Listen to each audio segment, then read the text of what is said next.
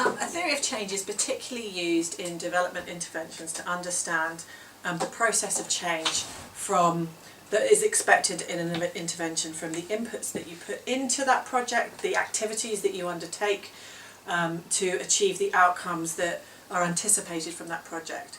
For example, you might have some capacity building programs which you expect will lead to women's economic empowerment, improved educational outcomes, or more longer term impacts which might be around improved health and nutrition for that household or group of beneficiaries that you're working with.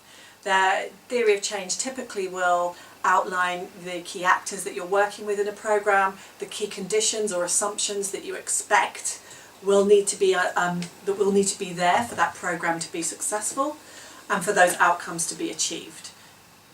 A theory of change is a theory because it's something that you start out with at the beginning of a project, as well as something that you reach towards the end. So when you start to think about how to design an intervention, it's really useful actually to think about, first of all, where are we now? And then where is it that we want to get to?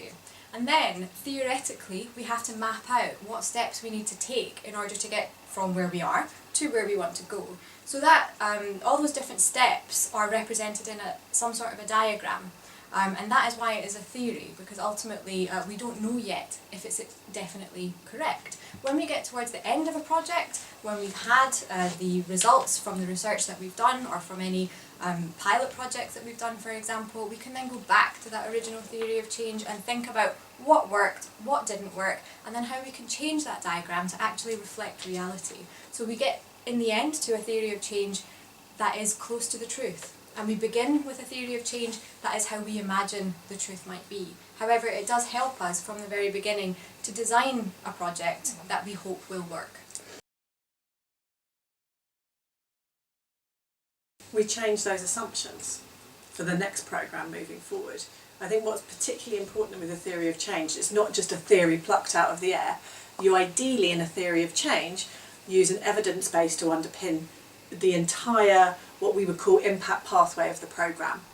And where there are gaps, what you might decide to do in a programme is undertake research or some monitoring and evaluation activities to either prove that your project has worked, that theory was correct, or to essentially, if you don't prove it's worked out, the project didn't turn out as you anticipated, to then show actually what this new theory of change should be.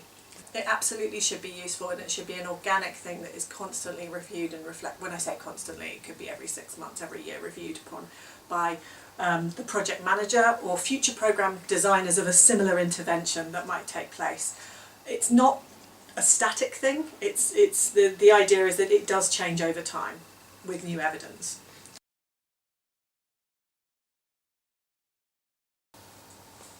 Multiple theories of change exist that actually address violence against women and how to challenge it, generally speaking. However, there haven't been any solid theories of change developed to date that actually address the ways in which women's employment can impact on violence against women as well. So we sought in this project to try to develop a theory of change that reflected those specific issues, to work alongside the theories of change that already exist more broadly in relation to violence. So our theory of change was built actually on new research, which is something that's quite different in relation to a lot of other theories of change, which might be looking more specifically at the outcomes of specific development interventions, and which have been based on a lot of preceding research as well. So when we designed our theory of change, it was, as I say, something completely new in this field.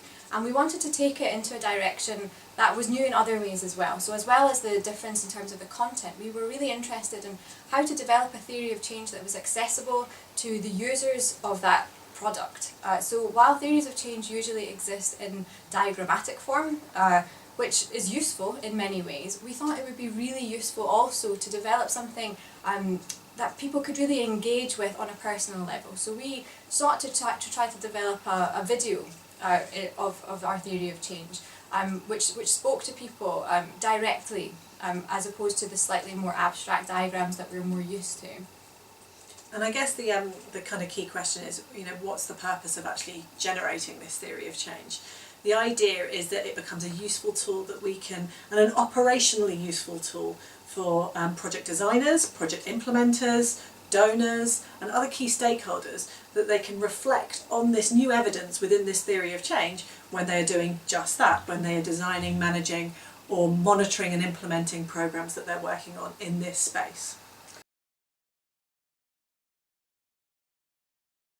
Absolutely, because theories of change should have relevance to different contexts, even if they're completely different geographic contexts. But what then you have to do as that project designer, say if you are now in an African context, is contextualise that theory of change to your own geographic area, economic area. But there should be some sort of key narratives that shouldn't necessarily change, but could potentially be tested in your new environment that you would like to use it in. While theories of change have to adapt depending on the cultural context, the economic context, the political context, what we have now is a starting point where we know the right questions to ask and we know where to start from in terms of designing new theories of change for different contexts as well.